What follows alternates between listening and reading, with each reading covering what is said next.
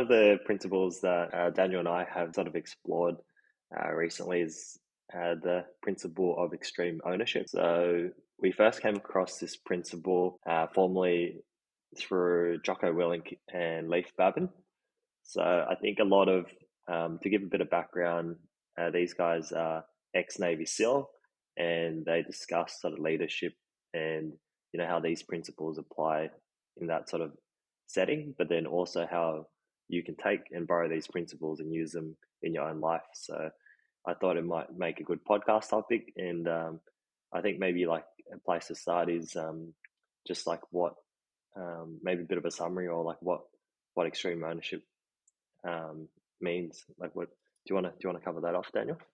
Yeah, cool. Just to reiterate what you were saying a little bit there, like we learned from Jocko Willink, who is like a Navy SEAL lieutenant commander, and he's now moving on past that. He's now an author, he's a businessman, he's a podcaster, and he wrote a book called Extreme Ownership, as you were saying, Marky. All round specimen.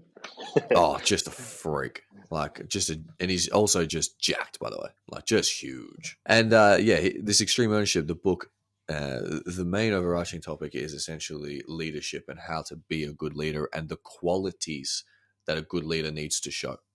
And what we're talking about today is one of those qualities, which is extreme ownership. In kind of prepping for for this topic, obviously we know a decent amount about it, but just thinking back to extreme ownership in our younger years and how it was presented to us, and it was presented to us through like the take responsibilities for your actions is something that we're told, especially as a kid. And I think Jocko Willink has like outlined that principle with the name extreme ownership, but he's taken it to a new level, and he's increased the standards and he's explained why it's a non-negotiable. The cool thing about Jocko Willink is he is a Navy SEAL commander, lieutenant commander, which means he can use examples from those experiences. And when I was kind of rereading the book, I really came across one of those examples, and it's the one that best springs to mind and explains the standard of why you need to take responsibility for all actions and be a leader. So the example or the story that I remember is Jocko Willink. He was obviously the commander of his team, and he got into a friendly fire with another team just because of some unfortunate miscommunication. And this, it actually ended up with one man dying. Stakes are high. The stakes are really, really high, and the important part is that after, the shooting was done and they'd worked out that it was friendly on friendly, and they'd gone back to base camp and they started having this meeting with superiors, Jocko and his team. And after some serious silence, Jocko stood up and he asked one simple question. And he asked, whose fault was this? And it's such like in the book, it's such a big moment of like, whose fault was this? And you can kind of put yourself there. And after everything that's happened, there's one man dying. It's easier for Jocko to blame the person who miscommunicated, who, wrongfully spotted out the apparent enemy who was actually a friendly. It's easy for Jocko to throw that man under the bus.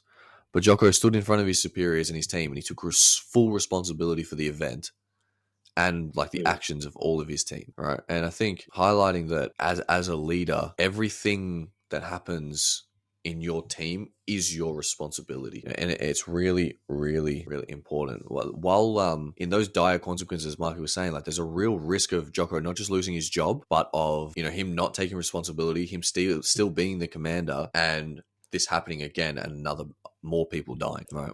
But by taking responsibility, what actually happened is, sure, he might lose his job, but the people in the room ended up respecting him even more. His superiors, they trusted him more because they knew he was now, willing to make sure that never happened.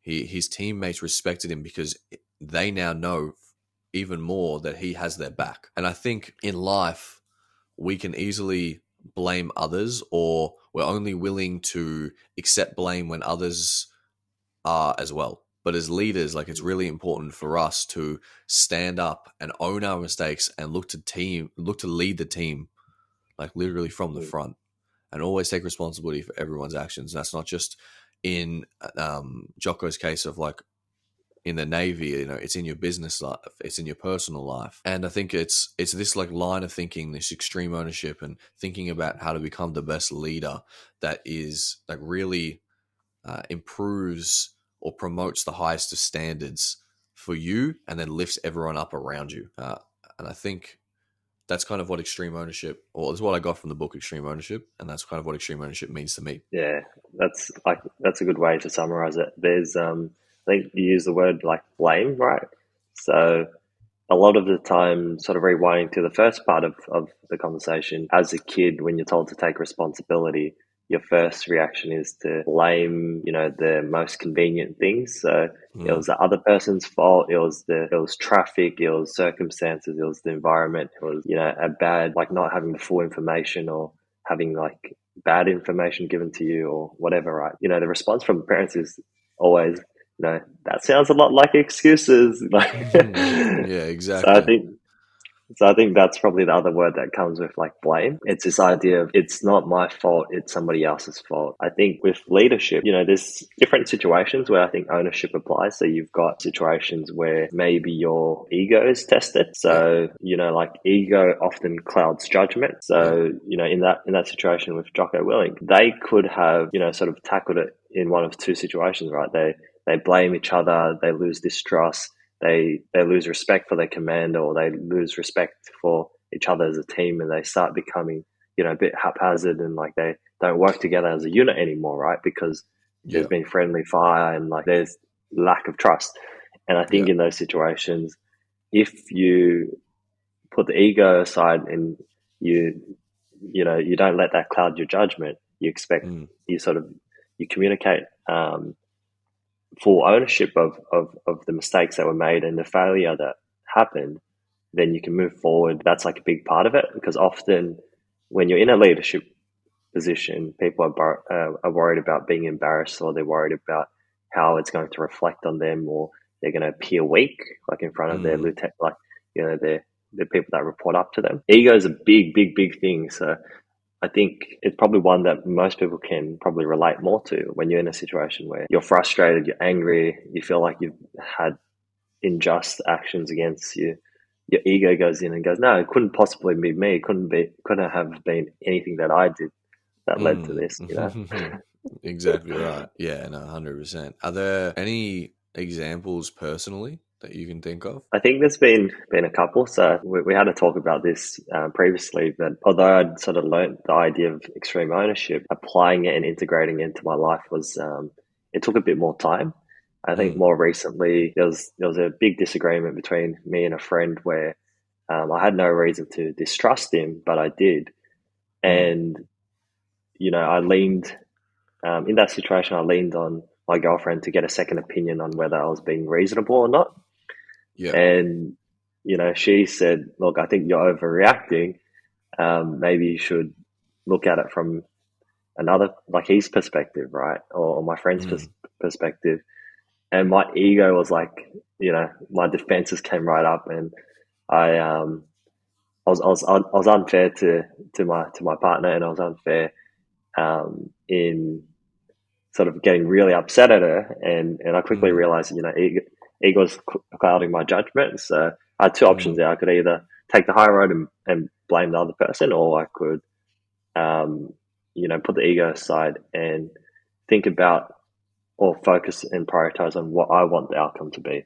So mm, the outcome of it was, first off, like taking some time to collect myself and, process what's happened and bring the power back to me by taking ownership. So I apologized, and I thought it through and had a chat to my friend. And I think, the old me would have let like something like this escalate to a point where potentially, I stonewall my friend, where I stopped talking to him, or I stopped talking to Jenny for a couple of days or weeks or whatever it mm, is, right? And the stakes can be high, because something that's high, like something that's similar to that, can lead to the end of a friendship, could lead to the end of a relationship. So I mm. think there's a lot to learn from that. Yeah. Yeah, absolutely. I think what we're always trying to make principles like this our default. So Yeah. opportunities like that to use it first like that's going to cement something in your head where it's like next time something like this ever occurs, it's probably going to be your first thought instead of your second thought. 100%. It's, a lot of people, if I shared the full story, they would have potentially empathized with me or even said, yeah, like, or agreed with me just to validate my thoughts, right? But you need close friends and you need a team around you that's going to hold you to a higher standard, I think. And Absolutely. if you've got other people that just won't tolerate, the tolerate those sort of standards, then it brings up, every person in that sort of friendship, or in Yeah, that for team sure. up. Yeah, absolutely. Thinking about my example of extreme ownership, I was thinking back to my sporting days. I played a lot of sport as a kid. Yeah, And modestly, I was always like never going to play AFL, but I was always capable and competent. I was always like yeah, one of the best on the team. And whenever we would lose, I would always get told, you had a good game, it wasn't your fault. Or I would tell myself, oh, I kicked 3 goals or something like that, it wasn't my fault. Something like that, yeah, right? Or I took a couple of wickets. It wasn't my fault. It was everyone else who was shitting the team. And when you realize that you're playing, like looking back, I realize I'm playing a team sport. And no matter how good I do, I'm only one person. So taking control of my performance is only the first step in being a leader. I then need to take the responsibility of the team's standards and say, hey, we're not winning games because we're not all playing to a certain standard. We're not all doing these certain things that we need to do. It's not just 1, 2, 3 people playing good games. It needs to be all of us and lifting us all up. It doesn't matter if yeah, I personally win because I personally have a good game because I'm playing a team game. All of us need to have good games for us to continue to win games. And if the goal is to win in that scenario, you need to, uplift everyone around you and improve the standards. So I think as far as like examples of how you can use this in your real life, Marcus just talked about how to use this in relationships. If you're a sport player, just explain how you can use that in your sporting life. mm, I think we can look at principles like this, especially when they're um, used with examples of very dire consequences, like Jocko's, like the army, that kind of stuff. We can just bypass it and just assume it's not important for us. But Marky, I'm sure you'd agree, where it's like these are the things that make a difference in leaders and in the important people in people's lives. yeah, 100%. I think just building on your story about, like, playing footy, right? You see this a lot in sports. You see this in the military, where competition standards are high. There's a lot at stake, right? You see, you see, you see people who make a lot of sacrifices, and to the average person, that might seem like, hey, your standards are like way out there, where most people would accept what you're kind of criticizing about yourself, or what you're not, you're looking to improve. Like in the footy game, you had a great game, but the team could have performed better, right? And I think Mm, in those situations, it's a matter of like looking back and going, okay, I'm making these sacrifices. I'm doing, taking extreme ownership. A lot of people will frown on this or go, hey, you're being too hard on yourself. But mm, it comes back to your why, right? Why does your team, why is it so important for your team to win, right? mm. Why is it so important that you, as a, you win the game, and why is it important that you are a team player versus, just trying to have your best personal performance? And I think as soon Mm. as the why is clear, everybody can understand why you're not tolerating, you won't tolerate like subpar decisions or subpar, um, Standards. mindsets and standards from the rest of the team. Mm. Yeah, 100%. Absolutely agree. All right. Well, I think that was our points for today. Anything else from you, Marky? No, I think, just double tapping on the ego thing. I think a lot of arguments, a lot of, frustrations, a lot of, situations that arise. Mostly, it starts with being humble, or like, not humble. Sorry, I should say, like having a bit of humility Mm. and putting your ego aside, so your decisions aren't clouded. And Hmm. that's your first point of protocol. And then you can look at, what can I do to stop shifting the blame, and stop making excuses. Absolutely. Make sure to use this stuff in your life. Marky and I we're trimming down that time on the podcast so that all you people will listen, and we think it's going to be a much better product, a more concise product for people. Make sure to like, subscribe, comment how you're using stream ownership in your life. We'd love to hear. And thank you very much. We'll see you next week. Thanks for listening. See you guys. Bye.